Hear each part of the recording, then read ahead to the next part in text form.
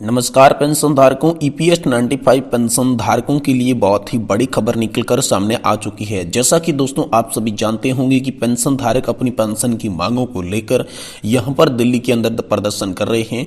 तो दोस्तों जिसमें आप यहां पर देखें तो एक दिन का प्रदर्शन रामलीला मैदान के अंदर किया गया, जिसके बाद पेंशन धारक जो है वो दिल्ली के जंतर मंतर पर डटे हुए हैं।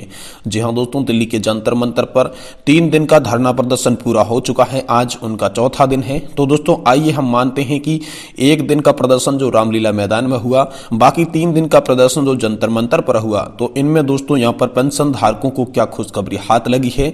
आखिर पेंशन धारक कौन कौन सी मांगों को लेकर प्रदर्शन कर रहे थे, साथ ही पेंशन धारकों से किन किन नेताओं की मुलाकात हुई है, क्या क्या यहां पर आप सभी के लिए सामने आया है, क्या क्या दोस्तों आप सभी के लिए सहमत हुआ है, और आज ये जो 5वें दिन का धरना प्रदर्शन है इसमें दोस्तों आगे क्या होने वाला है, इसको लेकर हम आज की इस वीडियो में बात करेंगे।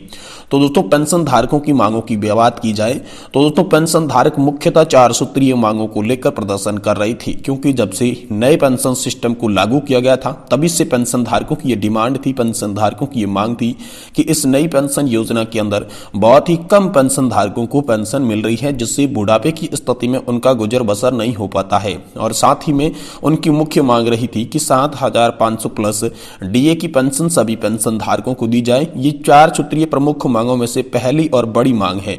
दूसरी मांग यहां पर की गई थी कि आप सभी के लिए यहां पर बेहतर मेडिकल सुविधा, मेडिकल भत्ता दिया जाए, क्योंकि बुढ़ापे की स्थिति में पेंशन धारकों को यहां पर काफी सारा खर्च जो है मेडिकल में आ जाता है, इसलिए मुफ्त मेडिकल सुविधा के लिए पेंशन धारक यहां पर संघर्ष कर रहे थे। बाकी जो उच्च पेंशन का विकल्प सभी के लिए खुला हो और जो सुप्रीम कोर्ट का आदेश आया था उसे सुचारू रूप से लागू किया जाए, इन 4 सूत्रीय मांगों के साथ यहां पर प्रदर्शन कर रही थी। तो यहां पर प्रदर्शन करने में मुख्य भूमिका निभाई थी कमांडर अशोक जी रावत में, जो कि राष्ट्रीय संघर्ष समिति के अध्यक्ष है। एनएससी राष्ट्रीय संघर्ष समिति के अध्यक्ष कमांडर अशोक जी रावत और उनकी टीम द्वारा यहां पर लगातार धरना प्रदर्शन किया जा रहा है, जिसमें दोस्तों कमांडर अशोक जी रावत का कहा गया कि 2 बार प्रधानमंत्री नरेंद्र मोदी के मिलने के बाद और उन्होंने जो आश्वासन दिया, उन्होंने कहा कि आप सभी की पेंशन की जो मांगे हैं वो जायज है और आप सभी की मांगे मंजूर होगी। तो उन्होंने आश्वासन देने के बावजूद भी आज 2 से 3 साल का समय बीत चुका है, लेकिन अभी तक पेंशन धारकों की कोई भी मांगे मंजूर नहीं हुई है।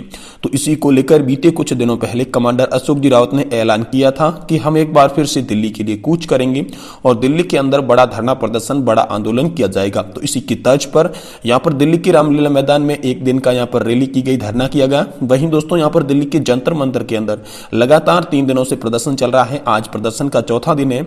इसमें दोस्तों ईपीएस 95 पेंशन धारकों के लिए नेतागण ने भी आश्वासन दिए हैं। यहां पर दोस्तों पेंशन धारकों के इस प्रदर्शन को देखते हुए दिल्ली के केंद्रीय नेता भी आए थे, जिन्होंने आश्वासन दिया था कि हाल फिलहाल में जो सरकार है वो चुनाव के कारण व्यस्त थी, तो आप सभी की मांगों पर ध्यान नहीं दे पाई थी। अब केंद्र सरकार आप सभी की 4 सूत्रीय मांगों पर ध्यान देगी और आप सभी पेंशन धारकों का हक देकर रहेंगे, जिसमें पेंशन धारकों की हित चिंतक हेमा मालिनी जी ने भी उन्हें आश्वासन दिया था। और पेंशन धारकों की एक ही मांग है, पेंशन धारक सीधा कह रहे हैं कि हमें पीएम मोदी पर पूर्ण विश्वास है। देश के प्रधानमंत्री मोदी साहब अगर हमसे मिलकर फिर से हमें आश्वासन देते हैं तो हमें बहुत ही अच्छा लगेगा, और पीएम मोदी के मिलने की मांग कर रहे हैं। तो दोस्तों देखते हैं आज 5वें दिन का धरना प्रदर्शन है। आज आप सभी के लिए क्या बड़ी खबर होगी, शाम तक आपको इसी चैनल के माध्यम से बता दिया जाएगा। इसलिए दोस्तों आप इस चैनल को सब्सक्राइब कर लें, साथ ही वीडियो को लाइक करके अपने दोस्तों के साथ शेयर जरूर करें।